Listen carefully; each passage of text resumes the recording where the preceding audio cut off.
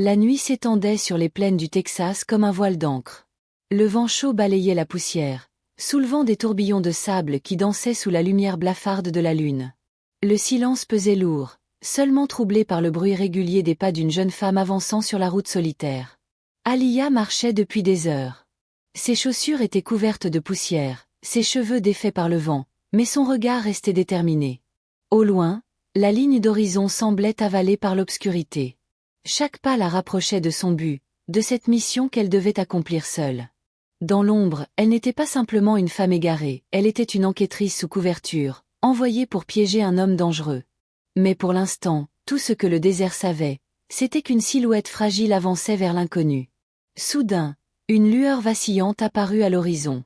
Une petite cabane de bois se dessinait, isolée, usée par le temps. Une lampe à huile pendait à la fenêtre, projetant une lumière tremblante sur le sol sec. Aliyah sentit son cœur accélérer. C'était là. Le lieu qu'on lui avait décrit. Le repère de Monsieur Johnson. Elle prit une profonde inspiration, essuya la sueur de son front et marcha d'un pas plus lent. Chaque craquement du sol semblait résonner trop fort. Elle savait que cette nuit ne serait pas comme les autres. Derrière cette porte, un piège allait se refermer, mais qui serait vraiment la proie? Arrivée devant la cabane, elle observa un instant les environs. Un vieux puits asséché, quelques outils rouillés, une chaise renversée. Le silence du désert semblait la surveiller. Elle leva la main, frappa doucement à la porte. Un grincement, puis plus rien. Elle attendit. Un frisson parcourut son dos. Le vent souffla plus fort, faisant claquer la tôle du toit. Elle frappa à nouveau, plus fort cette fois. À l'intérieur, des pas lents se rapprochèrent. Le bruit d'un verrou, puis la porte s'ouvrit lentement dans un long grincement. Dans l'encadrement, un vieil homme apparut. Sa peau sombre était marquée par les années, ses yeux brillaient d'une lueur étrange entre méfiance et curiosité. Il la fixa longuement avant de demander d'une voix rauque. « Vous êtes perdue, jeune fille ?» Aliyah esquissa un sourire fragile, cachant son trouble derrière son calme apparent. « Oui, » répondit-elle doucement. « Ma voiture est tombée en panne un peu plus loin. J'ai marché longtemps, je ne savais pas où aller. » Monsieur Johnson hocha lentement la tête. Derrière lui, la cabane semblait minuscule, mais un feu brûlait encore dans la cheminée. « Entrez, » dit-il après un moment de silence. « Vous ne devriez pas rester dehors à cette heure. Le désert, la nuit, peut être dangereux. » Aliyah hésita une seconde, puis fit un pas à l'intérieur. L'odeur du bois brûlé et de la terre humide lui monta au nez. Elle savait que cette porte qu'elle venait de franchir, c'était plus qu'un abri, c'était l'entrée d'un piège, un jeu d'ombre où la vérité et le danger se confondraient bientôt. Dehors, la lune continua de briller sur le désert endormi, ignorant que dans cette vieille cabane, une partie silencieuse de la justice venait de commencer. À peine la porte refermée derrière elle, Aliyah sentit l'air lourd et humide de la cabane l'envelopper. L'endroit était minuscule, éclairé seulement par la flamme tremblante d'une lampe à huile posée sur une table bancale. Les murs de bois craquaient à chaque souffle du vent, et une odeur âcre de tabac et de poussière flottait dans la pièce. Sur une étagère, quelques bocaux, un vieux chapeau, et un cadre photo terni par le temps. L'ambiance dégageait une étrangeté presque suffocante, comme si chaque objet observait son arrivée. Monsieur Johnson referma lentement la porte, fit glisser le verrou, puis se retourna vers elle. Ses yeux sombres scrutaient Aliyah avec une intensité dérangeante. Il resta silencieux quelques secondes, avant de dire d'une voix grave. « Vous êtes bien courageuse de marcher seule dans ce coin à cette heure. » Aliyah força un sourire. « Je n'avais pas vraiment le choix. Ma voiture est tombée en panne sur la route principale. J'espérais trouver de l'aide. » Il hocha lentement la tête, puis lui désigna une vieille chaise près du feu. « Asseyez-vous, le temps de reprendre des forces. Vous devez être épuisée. » Elle s'assit, les mains jointes sur ses genoux, essayant de masquer la tension qui montait en elle. Ses yeux parcouraient discrètement la pièce. Un manteau féminin pendait derrière la porte, une paire de chaussures à talons sous la table, et sur une commode, un bracelet cassé. Son instinct de policière se réveilla aussitôt, ces détails ne collaient pas avec la vie d'un vieil homme solitaire. « Vous vivez seul ici ?» demanda-t-elle, d'un ton apparemment innocent. Monsieur Johnson esquissa un sourire sans répondre tout de suite. « Depuis des années, oui. Mais parfois, des voyageurs comme vous passent. Le désert a toujours soif d'histoire. » Ses paroles glissèrent dans la pièce comme une énigme. Il s'assit en face d'elle, croisant lentement les mains.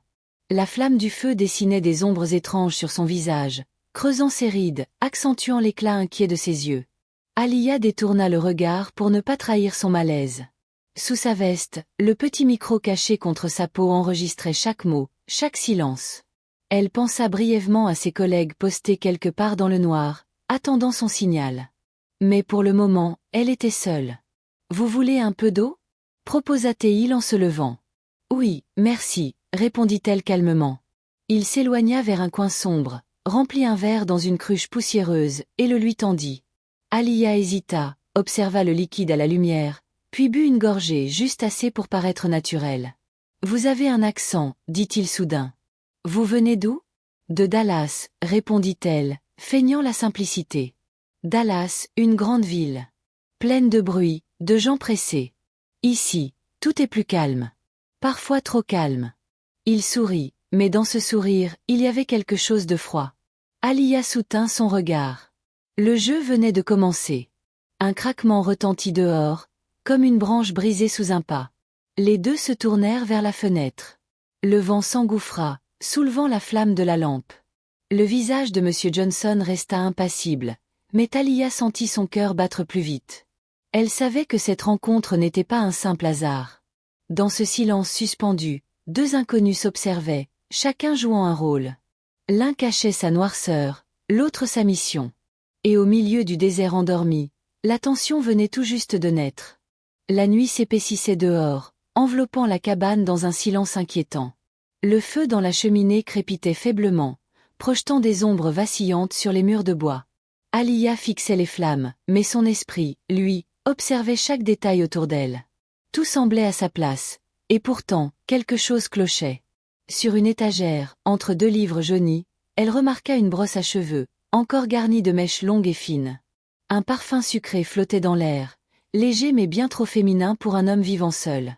Sur le sol, à moitié caché sous un tapis, elle distingua un bracelet doré, fin, abîmé, un bijou qu'une femme aurait pu porter. Alia sentit un frisson remonter le long de son dos. Chaque signe confirmait ses soupçons. Monsieur Johnson n'était pas l'homme tranquille qu'il prétendait être. Elle fit glisser discrètement sa main vers la poche intérieure de sa veste, effleurant le petit boîtier noir. La caméra miniature y dormait encore, prête à enregistrer la vérité. Monsieur Johnson, assis face à elle, la regardait en silence. Il semblait lire ses pensées. « Vous êtes bien silencieuse, dit-il soudain, un sourire énigmatique au coin des lèvres. « Je réfléchis, répondit-elle calmement. Cet endroit a quelque chose de fascinant. On s'y sent, observé. » Le vieil homme éclata d'un rire grave, rauque. « Observé ? Non, ici, c'est le désert. Personne ne regarde, personne n'écoute. » Ces mots résonnèrent étrangement, presque comme une menace voilée. Alia força un sourire, puis se leva lentement. « Je peux voir un peu dehors ?» demanda-t-elle d'un ton léger. « J'aime écouter le vent la nuit. »« Allez-y », répondit-il en s'appuyant contre sa chaise. « Mais ne vous éloignez pas trop. Certains endroits du désert ne pardonnent pas l'imprudence. » Elle sortit sur le seuil. Le vent soulevait la poussière en tourbillon doré sous la lune. Alia prit une grande inspiration, puis activa discrètement la caméra dissimulée dans son collier.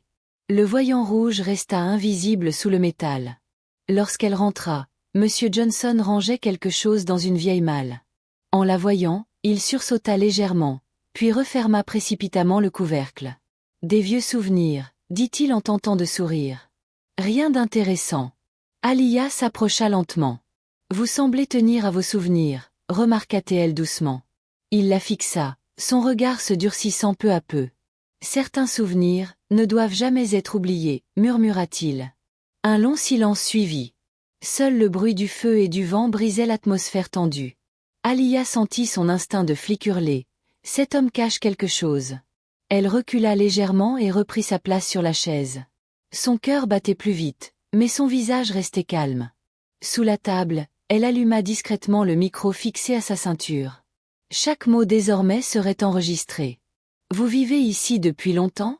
demanda-t-elle, feignant la curiosité. « Assez longtemps pour savoir que les gens mentent plus qu'ils ne parlent, » répondit-il sèchement.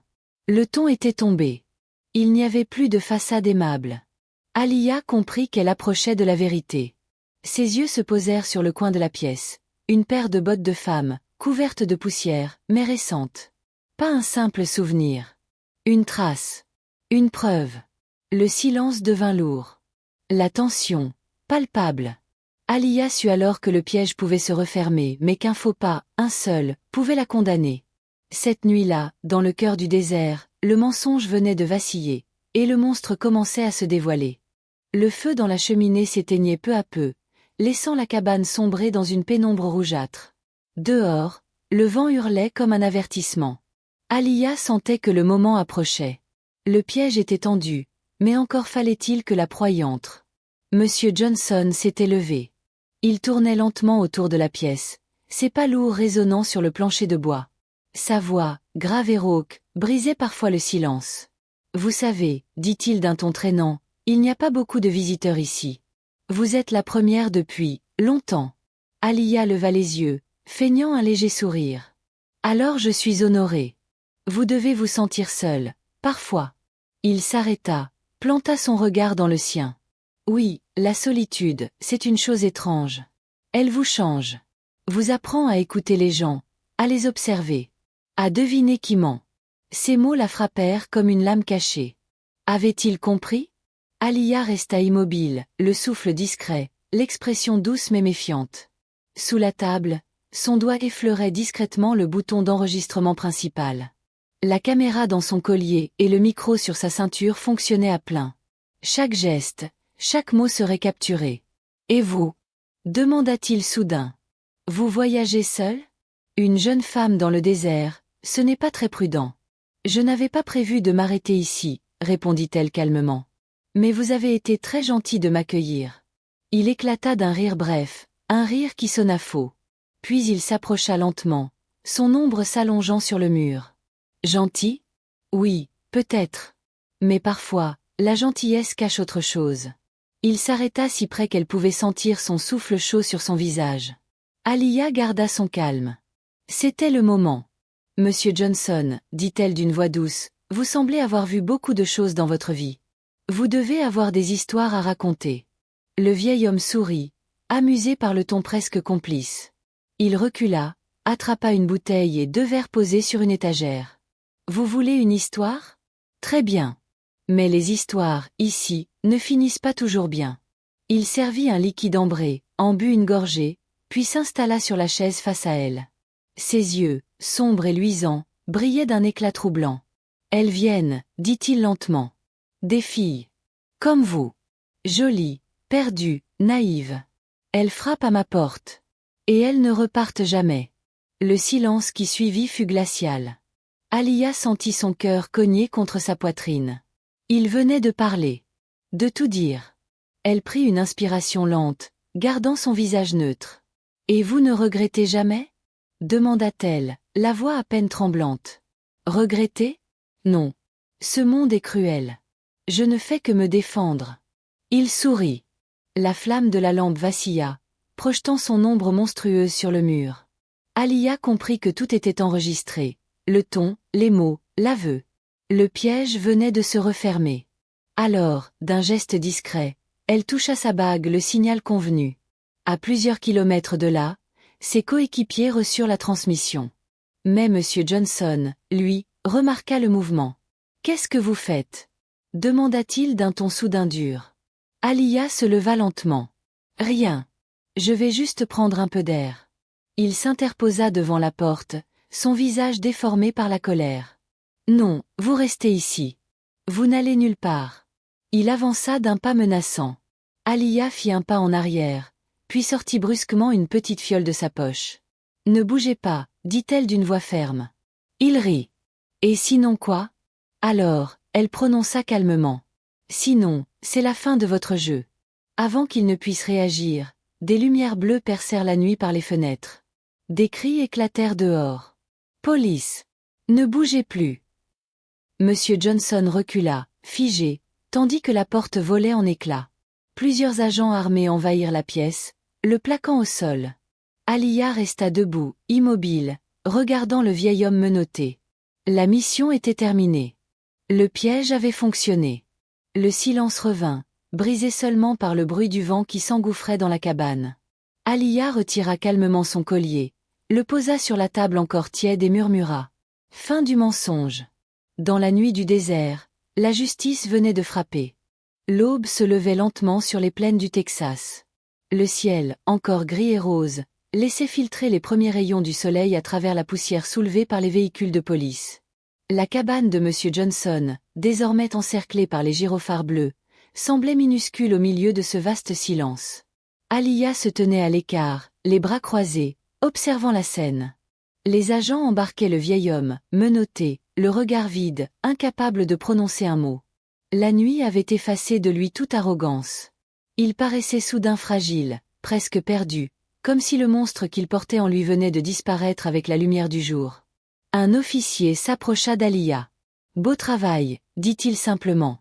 Sans toi, on n'aurait jamais pu le coincer. » Elle hocha la tête, sans sourire. Son visage restait sérieux, marqué par la tension de la nuit passée. « Il fallait qu'il paie, murmura-t-elle. Pour toutes celles qui n'ont jamais pu repartir d'ici. » Un silence lourd suivit ces mots. Les policiers continuaient à fouiller les lieux, découvrant des traces, des objets oubliés, des preuves d'un passé sombre. Alia les regarda, le cœur serré. Chaque découverte était une victoire, mais aussi une blessure. Elle s'éloigna de la cabane et s'assit sur une pierre, face à l'horizon. Le vent du matin soufflait doucement, frais et pur, contrastant avec la lourdeur de la nuit. Elle ferma les yeux un instant, laissant le soleil réchauffer son visage. Dans son oreillette, une voix grésilla. « Mission accomplie. Le suspect est sous garde. Tu peux rentrer, Alia. » Elle retira lentement l'appareil, le posa dans sa poche. Puis elle sortit son téléphone, ouvrit la vidéo enregistrée, et observa quelques secondes les images, M. Johnson avouant calmement ses crimes. Ce n'était pas seulement une preuve. C'était un cri de vérité arraché à l'ombre. Elle effaça la vidéo du téléphone, sachant qu'elle était déjà en sécurité dans les serveurs de la police. Puis elle se leva, jeta un dernier regard vers la cabane. Justice rendue, souffla-t-elle.